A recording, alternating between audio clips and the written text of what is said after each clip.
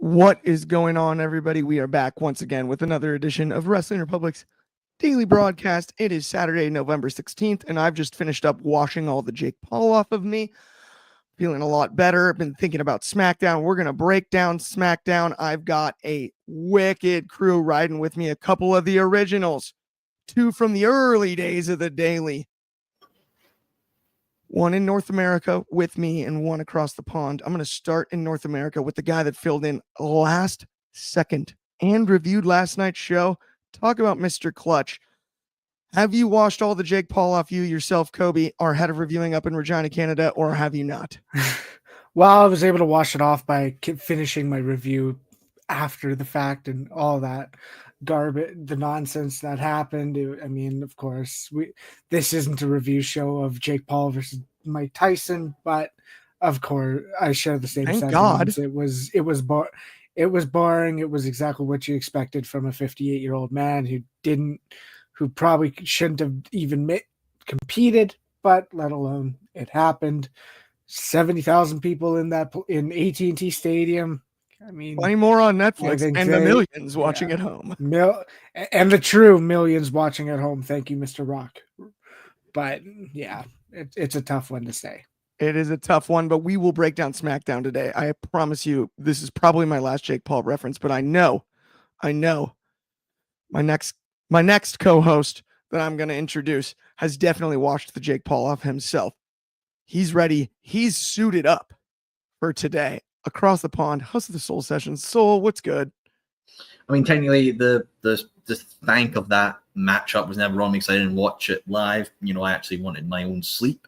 Nonetheless, I woke up to this morning and seeing all the people mad and all about it. But at the end of the day, they both got paid very, very handsomely for it. So, hey, did a job, got them some bank. I mean, I just can't wait for Jake Paul versus the Retirement Home Battle Royale coming next year. That'll be a very, very classy event. That's only if Netflix can actually, load the thing and not crashing. So I'm just saying, boys, here's to Raw in 2025 if it even loads. Oh, the Netflix scene was ugly last night. There's no doubt about that. I will say I did actually write 11 separate letters to current and former boxers asking them to save boxing for us. Maybe a bit aggressive last night, maybe a bit of an overreaction, but that's neither here nor there.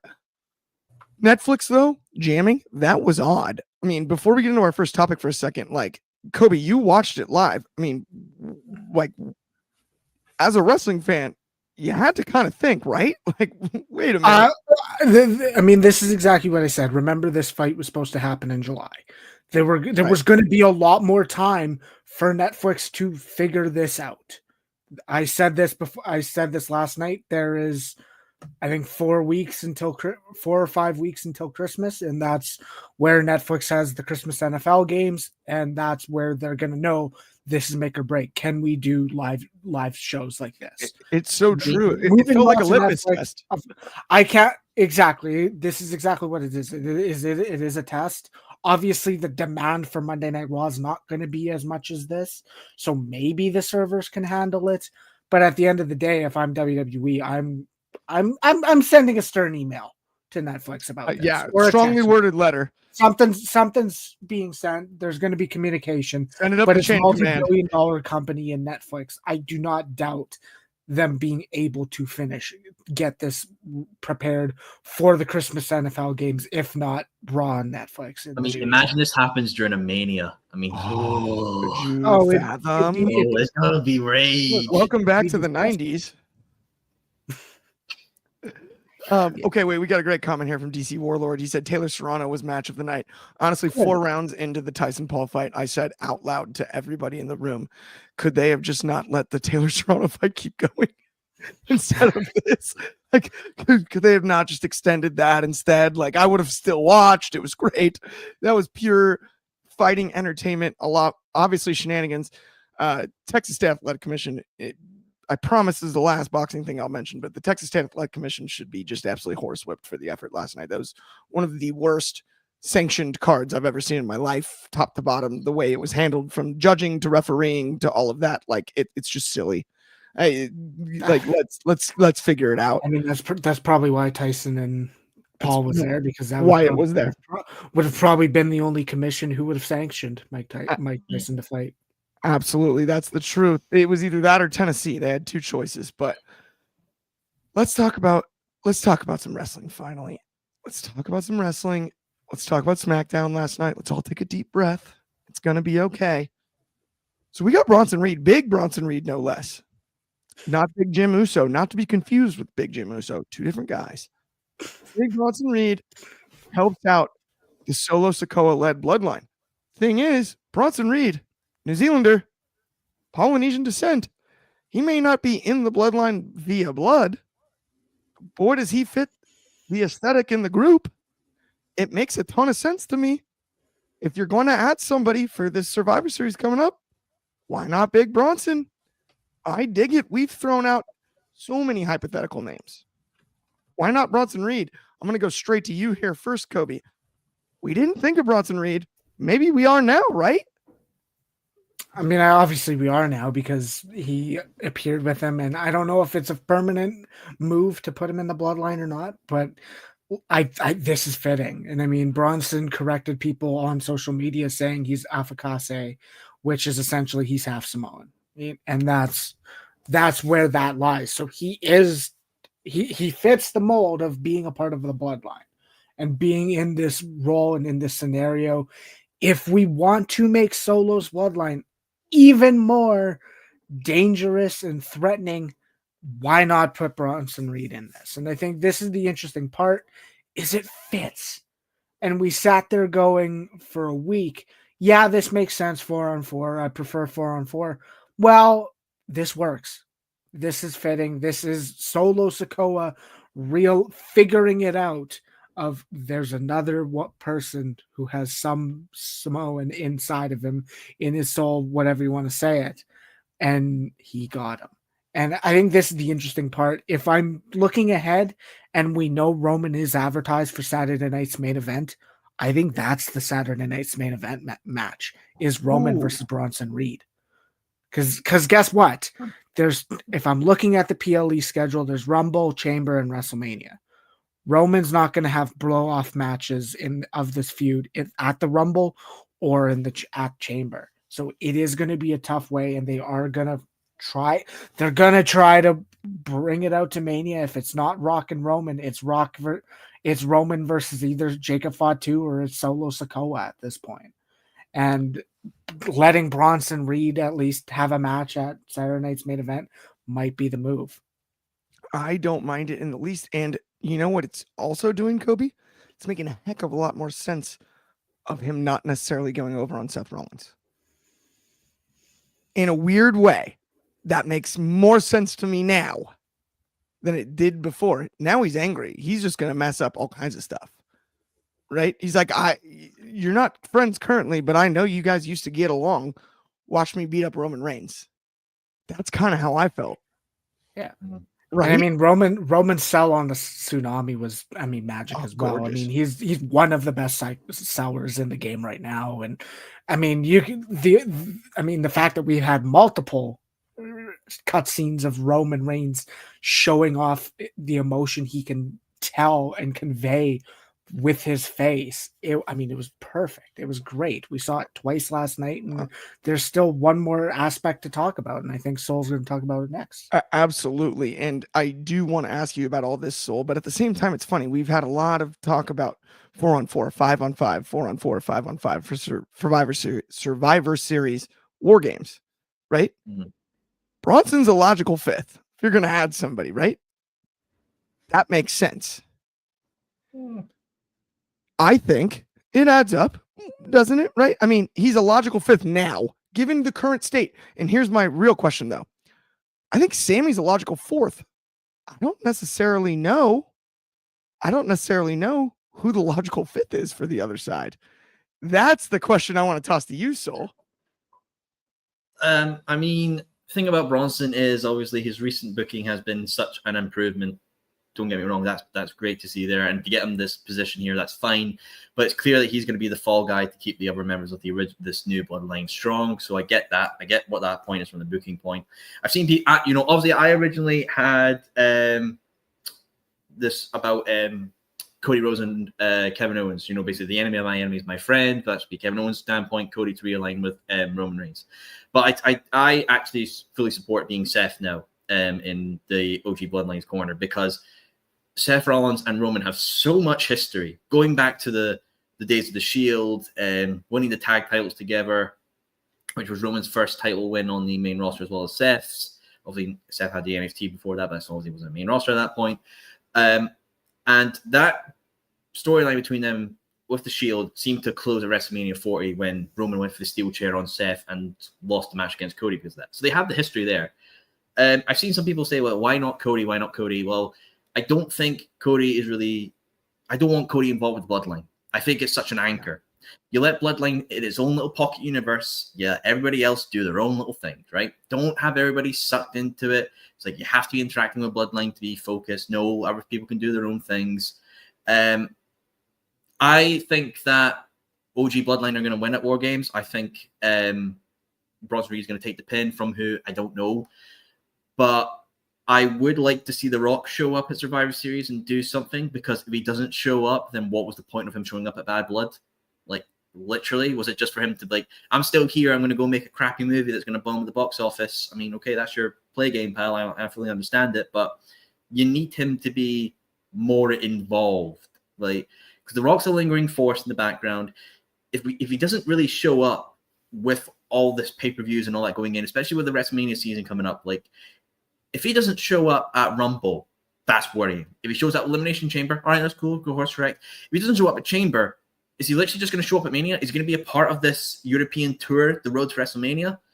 I mean, I think The Rock's more focused on being a movie star than at wrestling, because he makes more money probably from movies than wrestling. Obviously, he's on the TKA board, so technically he has an overall presence there. Right. There's the final boss in his stupid People's Championship that he was gifted.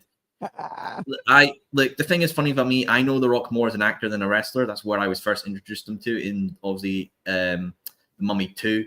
That's where I first ever saw Rock. So I always know him as more of a movie star than a wrestler. So hey, if he wants to go back and make these movies that ain't doing well at the box office unless they're associated with a big company like Disney, fair play, go do that, pal. But nonetheless, I mean, I just think, what's the point of Rock showing at Bad Blood if he isn't going to be a part of the War Games, at least at the ending, between his family? Like, he has to show up for that. If not, what's the point? So you make a great point there about The Rock's involvement in all of this. We're looking at the numbers game between the two sides you can add up. And if Bronson Reed joins, you're where's The Rock lie in all of this, right? Like, where's he fit in? Because logically in your brain, you want to go there first almost. And that's one that's it's a fascinating thing to think about. We've got a bunch of comments here I'm going to run through really quick, then I'm going to toss it back to you, Kobe, really fast. But Gene Giuliani said Bronson Reed beat the mess out of Roman Reigns last night. I'm kind of confused. Why did he do it? I think, it's that connection. I think they're going to make that connection. Seth Rollins, that's logical on the other side. Soul, you presented that as well. Kobe, I believe you said the same thing. Like, makes a lot of sense. That's a possibility now. And I agree with you about the anchor comment you made, Soul, when it comes to Cody Rhodes' involvement. So I'd rather have it be that way than something else. And it's not hard to get there. Owen.Sedgwick asked first to shout me out. We don't do free shout outs here. But then he posted a really good comment, and he said, I think one from the family, or now it's Bronson, it will be Seth. So he's in agreement with us on the idea that Seth Rollins on the other side does make some sense. And that's how you get your shout out, my friend. Much deserved, well earned. I love it. But also, there was a funky little dial 'em up, Kobe, that I got to ask you about. How about that little phone call at the end last night? I think that's the thing. And when we look at this landscape of SmackDown, and there were two big events that happened, and that was one, Bronson Reed aligning with the Bloodline, taking out Roman Reigns, having that impact with his tsunami, and then we can sit there and say, oh yeah, there's another Bloodline nugget to talk about. And that's at the end of the show, we saw Roman Reigns get on the phone call. We saw him backstage being told, make the call. And we didn't know what call that meant. We didn't know if that was a call to Seth Rollins. We didn't know if that was a call to The Rock. This time, audibly hearing Roman Reigns go, call the wise man. 3 words with such impact. It is great to see. And keep in mind, it didn't go through. That's the interesting part. We were hooked in with those 3 words, calls the wise man, and now we have a proper cliffhanger because this number was not in service. So Roman Reigns cannot contact the wise man, and we're starving to know what happens next. And I think that's the beauty of this. My favorite part about all of this, Cobe. One of the greatest spinoffs in television history is Better Call Saul. Last night it was Better Call Paul. And I absolutely loved it. What more can you ask for than that? Someone's going to be able to get a hold of that wise man. He's got a burner phone. He's got something. Get that line. Find that number. Bring back the wise man. I cannot wait for Better Call Paul episode 2 because there's nothing better than that. And I've been begging for him to come back because he's got his grubby little hands all over this storyline in the best way possible. I mean that as a compliment. Only Paul Heyman can you say that complimentary. He's got his grubby little hands all over this storyline. I don't want that to change. It's one of the few times I don't want that to change. Let's talk about something else interesting. First off, totally missed Pat McAfee dancing on tables to Shinsuke Nakamura's entrance. Shout out Rick Boogs. Not the same now. He's taken out LA Knight. Yeah, unfortunately, or fortunately, I think this may be the best challenger yet for Knight. We saw what happened with Carmelo and Andrade. I thought it was okay, but it didn't make me excited to see Knight challenged so much, especially the way he sandbagged Game 7, which I do respect. But we all saw it. We were all there. LA Knight Shinsuke is tantalizing. I'm in for this. I'm cool with LA Knight Shinsuke. But can Shinsuke take the title off LA Knight? I still don't think so. I don't know, Kobe. What were your thoughts on it? It's just good to see Shinsuke back and performing again, though, right? One of those guys that you don't realize you miss him until you see him again. And this is another classic example. I mean, that's the thing. That shows you the depth of the talent pool WWE has. Is we spent months without AJ Styles. Yes, he returned and had that unfortunate injury. That sucks. But like that's the thing. We are spending months where WWE can sit there and go, yeah, well, we don't have to have this guy on television to have a great product. And I mean, it's obvious. Shinsuke Nakamura returned, and I mean, he instantly made an impact. The biggest thing to me that stands out is, I mean, the way they described him is you had Corey Graves calling him the Wayward Samurai, which that's a magical nickname. That's a magical name. That's a great look. He had a new look with the makeup and, of course, the cloak and the black get up and all that. He looked good. He looked menacing. Obviously, this is different from the Shinsuke that could not beat Seth or Cody for the life of him. And I mean, that's the thing. That's what's those 6 months of Shinsuke's heel turn is going to affect a lot of people and probably make them not excited for Shinsuke Nakamura to return. But this is interesting. This is LA Knight's first real feud because he was kind of put into the Andrade and Carmelo stuff as the third man. He was the champion, and now he had 2 people going after him, and then he beat them both. This is LA Knight's first one-on-one feud, and it's interesting. I think I think you said it though. The kicker is I don't think Nakamura can beat him, but that's what they need to do is they need to sell me on the idea that Nakamura is going to have LA Knight's number, that this is LA Knight's biggest challenger since beating Logan Paul for the title. Like that's what you need to do. And of course, we can't sit here and judge that based on that being a part of the future. That's an absolutely perfect call, Kobe. Like I'm in complete agreement. We need to be convinced that Shinsuke is gonna beat him, and I'm not yet, but this was a step in the right direction, right? Yeah. Not to oversimplify a complicated situation, but that's kind of where I'm at when it comes to this. Toronto 95, we got Canadians commenting on Canadians here. It's better to use Shinsuke sporadically. Yeah, I hear you. And I think they're doing a solid job of that, but I would like to see just like a little bit more like aura, as the kids would say, I guess, around Shinsuke, given his history and we know his accomplishments. So if we could be convinced of potentially him, defeating LA Knight, I would be all over that personally. Speaking of things I'm all over, though, let me talk to you quickly. We all know you're here as wrestling fans just like us.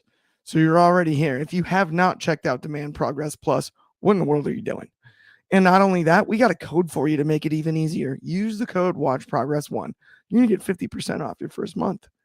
Demand Progress Plus, one of the best tape libraries in the world, not to mention current wrestling that's active and outstanding.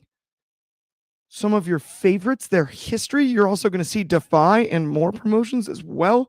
Once again, that's Demand Progress Plus, and you're going to want to use that code WatchProgress1. That's slice it in half. 50% off your first month. Worth every dollar, I assure you.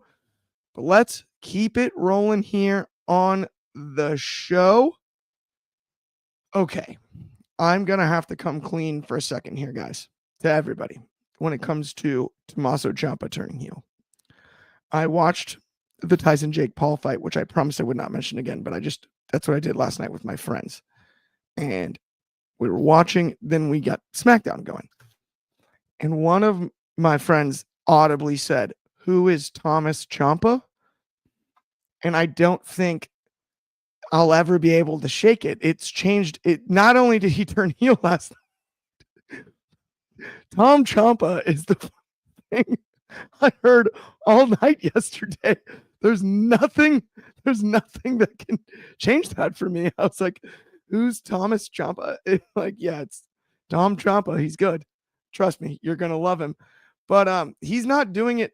Well, I guess he is doing it himself now, it seems. Considering that he's turned heel, he is actually embodying the DIY spirit. It's alone. So I got to get your thoughts. Tom Ciampa turns heel. Why? That's all I have to ask is why? Why turn, like, if Ciampa's a heel, why? What's the point of it? Like, on my knowledge of the SmackDown tag team roster, babyface wise, it's Motor City Machine Guns, Street Profits, and what? That's it. Like, generally, is that it? Like, to my knowledge, if anyone else, like, lads, if you know, please correct me if I'm wrong. Essentially, no, you named the list. I mean, and then heel side, you've got what? The Berto and Angel Garza are heels. You've got Bloodline. You've got Grayson Waller and Austin Theory. Down under. Like, pretty deadly. Why? Why limit your? They're never going to come back. They're just going to enjoy whenever they need a new bathtub. Well, Carl's recovering. but like, why? There's no point in it. It just detriments the tag team division even more. Like, WWE's tag team division, yes, they signed Motor City Machine Gun. Yes, maybe they're now on a better upscale, but I think they're probably one of the worst tag team divisions because they don't get PLE time. They don't get premium live events, which people pay a lot of money to go and see. They get kickoff shows or they get the show before. Like, the women have been getting it amazingly, and it's kind of insane because they were on the complete back burner for a long time with their tag team titles. Like, they were just seen as like an afterthought. But now, like like even with It's like the Judgment division's Day, deeper now. It's kind of flipped to your point. it's not even deeper.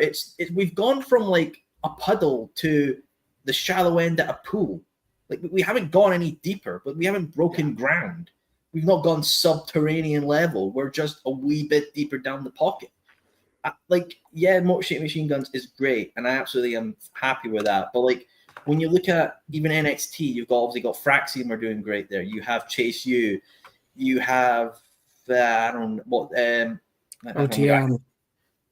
Like you have options there, but then it's like, but you're becoming an AEW problem when you have too many heels and not enough good guys. Yeah. Like that's the detriment of it. And like now I know obviously AEW have the great showcase of this Fatal 4-Way match at Full Gear, which hopefully will be a good showcase for the tag team division. But at least they're on PLEs. Yes, the Young Bucks Reigns third reign was pretty bad, but at least they were on PLEs with like All In and All Out. With WWE's tag team division, first half was nothing. First half was nothing. So the first half they did nothing because they were doing the blood and guts stuff. Exactly. And then it was like as soon as they actually started and were defending the tag titles, it was like, okay, well they're performing well. They're doing tag matches. Exactly. But then the course corrected. Yeah. But this has been a problem with the tag team wrestling championships in WWE since WrestleMania, and that's all the way back in April. Nearly the end of the year now. We're going to go into 2025. Why you're basically handing your cap stuff more. Like you basically took the dog out, chained it up, and then dealt it 2 blows with a shotgun blast. You detriment yourself with your tag team division by not having an equal opportunity of balance with babyface and heels. And you DIY, had legs before too, and you just cut them off. Here's the thing, though: if DIY is going to do the Ciampa and Gargano feud again, that was such a hot spot in NXT. If they do this again at WrestleMania, it's going to be like what happened with AJ Styles and Nakamura. Everybody gets them hyped, self up for the match of the past. Oh, they're going to deliver on the same caliber. Oh, wait, they're older now, and now we've seen it before. Then it's going to S the bed, and it's going to be like Jay and Jimmy at WrestleMania. That is one of the most brilliant things I've heard you say in a long time. I did not think about that comparison. It is spot on because it's almost impossible to live up to what that storyline was during the Black and Gold era. How can you possibly? The bar is set too high. Yeah, but like DIY has been with WWE for a long time. Forever. You can't tell every story again when you've done it before, and people are going to really compare it because wrestling fans are a bit of a cynical bunch. They will always compare it to what came to before, especially with performers. So, look, if it works, hey, I'll put my hand up and do a handstand. That's fine with me. I'll do that and say I was wrong. But then when you look at a tag team division, that's so bare bones because you have 2 belts over 2 brands that it's just stupid for a division that has the depth of a puddle. You can't do that. To your point, Soul, think about we were all there for WrestleMania 39 night 1. Yeah. I feel like that was like the peak of the WWE tag team division. It was beautiful. It was amazing. And it deservedly main evented a night. It deservedly main evented a WrestleMania. And ever since, it's been like notch after notch after notch of the tag team belts feeling like usually it's non-linear where you see ups, you see peaks and valleys, right? That's kind of like everything in wrestling. You'll see height. You'll see the Intercontinental title. You'll see it with every title, right? This is felt like just a steady decline for a year and a half. Yeah, and it's the fact that the belts are nice looking as well. So why would you handicap yourself with a belt that you could sell replicas of and get money off of people with side plates, replicas, merch, and all that? And then you're just being like, nah, let's not. Yeah. Triple H is going to continue to do five card PLEs or for obviously the B and C shows. Like, you have too many titles.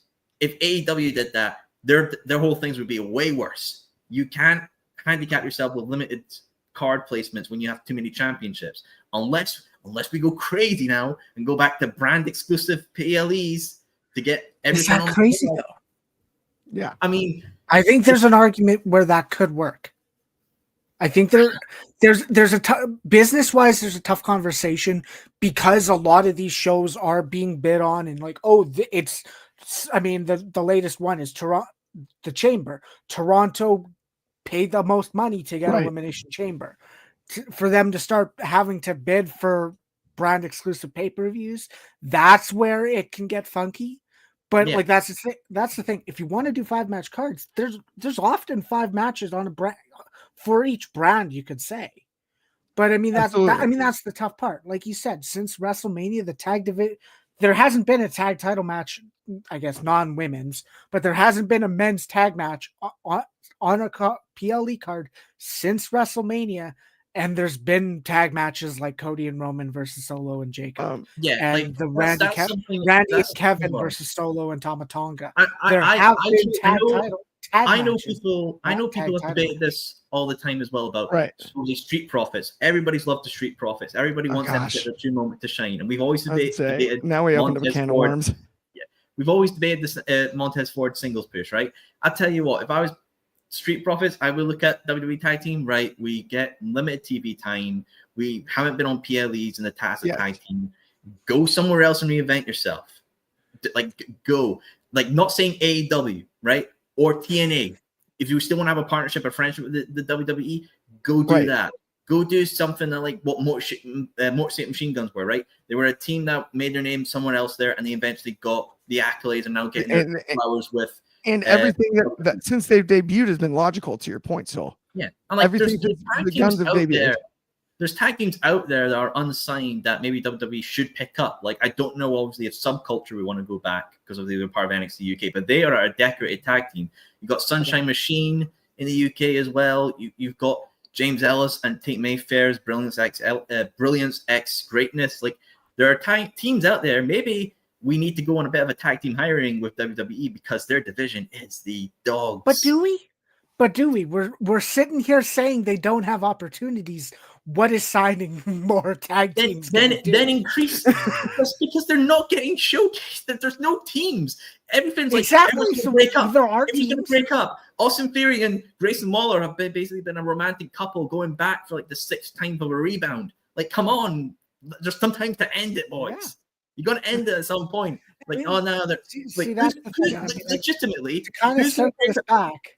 Here's the thing. I need to quickly ask, who legitimately is going to break up first? Jade Cargill or Bianca or Grayson Waller or Austin Theory? Like, that's like the big probably bet. Jade and Bianca. My goodness, that is one of the best bets ever. We do not encourage gambling here, but that is one of the most fascinating things. So you're like, honestly, you throw like a lot of teams in the equation because we'd have lost on Tom Ciampa. We'd have lost that bet. So headed to the last night. Kind of to circle this back to what actually happened last night.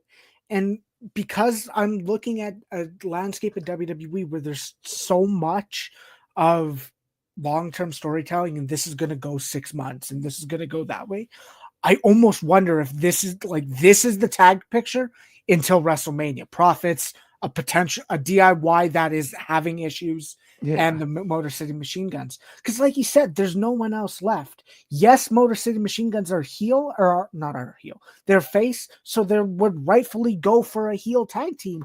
But there isn't a waiting heel tag team next to 8-Town Down Under, which they just beat, to kind of put into that picture. How did they make Atlanta, I don't want to sit here and say it's going to be long term, but I think this is the tag picture for the next 4-5 months until WrestleMania is Profits, Machine Guns, and DIY. But speaking of teams that should break up, though, like, I mean, A-Town Down Under, we have Atlanta and then Ray Gunn from the Olympics, basically, like breakdancing for us. Like, what? How do they even know each other? Yeah, I don't get it. So both the places start with an A. We get it. We better get back on track before I was. Yeah, let's get back on track and move on to a topic that's easier to talk about and more fun to talk about. This was the freaking match of the night. I don't care what anyone says. Dang, has Naomi looked good? Trinity, whatever you'd like to say. You want to talk about a run after she's placed the title, we just talked about tag teams, exhausted the subject. But on the women's side, she placed that belt right on a desk and walked out. She's back for a reason. The quality of her work is freaking remarkable. It's undeniable. I loved this match. The idea of Naomi and Nia, she took her to the absolute, it says it in the topics here, took to the limit. She took her to the brink, right to the edge, as close as you can get without winning. That is what pro wrestling looks like at its finest at times. Here's a cookie. Oh, no, you can't have it. Like, I thoroughly enjoyed the way this was delivered. And it's one of those matches where in a loss, you want a rematch. And that's brilliant. All you want is fill it up again. Let's see it one more time. Let's see what happens, right? Try it again because it was so high quality. So I thought this was the highlight of last night. Are you in agreement on that? Yeah, I thought it was great. I think, always I know WR, we have our end of year reviews, breakout and most improved. I think Nia Jax can definitely win most improved. Like, it's kind of scary, like how Nia Jax was always seen as the botch machine from doing the comical things, obviously my whole screaming during the pandemic era and just being known as, some people saying obviously unsafe and all that. And the fact that somehow in her time away from the WWE after being released to coming back, there's been this massive tonal shift in her workload. Like, what happened? Like, genuinely, did you find the magic lamp and just said, give me skill? Like, did you pass the skill check? Like, what? Like, I'm saying it's fascinating. It's fascinating that she's so good to a good level right now. And I'm all for it. So I'm happy for her for that point, honestly. Naomi as well. Kind of crazy to think she was the TNA Knockouts champion at the start of the year. And now, obviously, she's in this position. Something may be good, something may be bad. Don't know. I mean, it's a position. I definitely think with Survivor Series coming up, I kind of wonder where obviously women are going to be in this picture. Obviously, the War Games match, whatever it was, I think isn't going to be very forced because there's no depth again to Raw's women's division. Or SmackDown's kind of a bit more obviously with Tiffany Stratton holding the Money in the Bank briefcase. I think there's an interesting element there. But in general, yeah, I'm flabbergasted that Nia Jax is putting on really good matches. Seriously, it's a remarkable turnaround, to your point. You think about what she was viewed as before her return at the Rumble. Man, did it not sound good. Talk about flipping the script. She deserves some flowers for that. Like, no joke, man. Like, think about just the time over the last 18 months. What we've seen from Nia Jax, we take Nia Jax significantly more seriously than we did before, and deservedly so. She earned every bit of it. Every bit of respect that she's gotten, she has earned. Trinity, Naomi, the same. That's what I found so beautiful about last night's match. Right? These are two women who people, not myself, but have been critical of for a long, long time. And there's, you got to be pretty curmudgeon-y. You got to be a rapscallion to look at last night's match and be overly critical. It was beautiful. It was awesome. It was pro wrestling at its finest. Kobe, obviously you reviewed the show. Got to get your thoughts on it. I mean, what a run for these two. And I'd love to see this as a main event at some PLE. I mean, this is the thing is I said this in the chat last night, and of course, WR chat. I said Naomi and Nia Jax had two of the best women's TV matches this year. Obviously, last night, and then there was one in the first half of the year. I think either sometime in May because it was the Queen of the Ring tournament, and like they have great chemistry. And I mean, everything you just said, so I agree.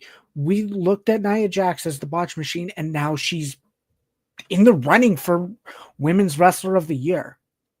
Because, I mean, consistently booked. She started this year having a great feud with Becky Lynch. And accolades-wise, she deserves it. She's worked to get to this point. And I think, I mean, last night was just a obvious thing. And this is where I can praise it, is they did their job. Is they had everyone in that arena on the edge of their seat. They had everyone invested in every near fall, because we can sit here and say they had us.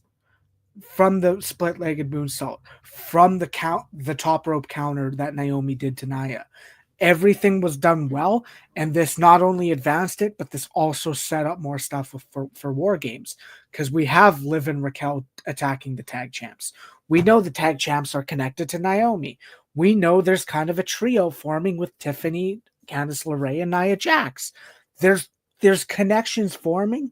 Yes, I can sit here and be lenient that I can actually sit here and be lenient about the Liv and Nia stuff, because yes, they just did the Crown Jewel stuff, and yes, the entire idea was Nia wanted to win and beat Liv Morgan and prepare Liv to be cashed in on. But it's not, they're working together as if nothing happened. This seems like it's, well, now we're working together because we have the same enemy, and that's the WrestleMania Big Three and Io Sky. And they are setting themselves up pretty nicely for War Games this year. It is true. That's a fascinating aspect of this, because Soul made a great point though about the depth of the division on Raw and everything, and how War Games doesn't necessarily add up. I mean, what Naomi and Nia did last night, kind of, it does affect the landscape, right, in a positive way. And it's not often that I'm really not trying to just be that guy that's like over the top positive about this. I sincerely am just happy to see that quality of work, especially to end the show. This is actually really interesting from Chris Leclerc. He said Bayley has 684 wins, tied with Natalya with most wins in women's history. Maybe that I wouldn't have guessed. Stats. Maybe in WWE. That's the stat of the day. Somebody put that up. No, Ben, actually, Ben, if you're listening, make a graphic. Stat of the day. New segment brought to you by Wrestling Republic. Stat of the day. I think we need the stat of the day. I think that's going to be a new thing that takes off. I think everyone's going to love it. Speaking of new things that take off, this one isn't new, the daily broadcast, but it does bring us to the end of the show. We're back every single day. That's noon Pacific. Of course, 3 o'clock on the East Coast. That's 8 in the UK. And 9 a.m. for my friends in Hawaii. Have an awesome Saturday. Enjoy the actual fights from Madison Square Garden, if you can, as opposed to what happened last night. And thank you so much for tuning in. If you haven't already smashed like and subscribe, please do. It means the world to us. On behalf of myself, Clark Taylor, host of the Soul Sessions, Soul, pointing the wrong way, host of the Soul Sessions, Soul, head of reviewing, Kobe Galanzowski. Thank you so much. Have an awesome day, and we appreciate all of you. We will talk to you soon.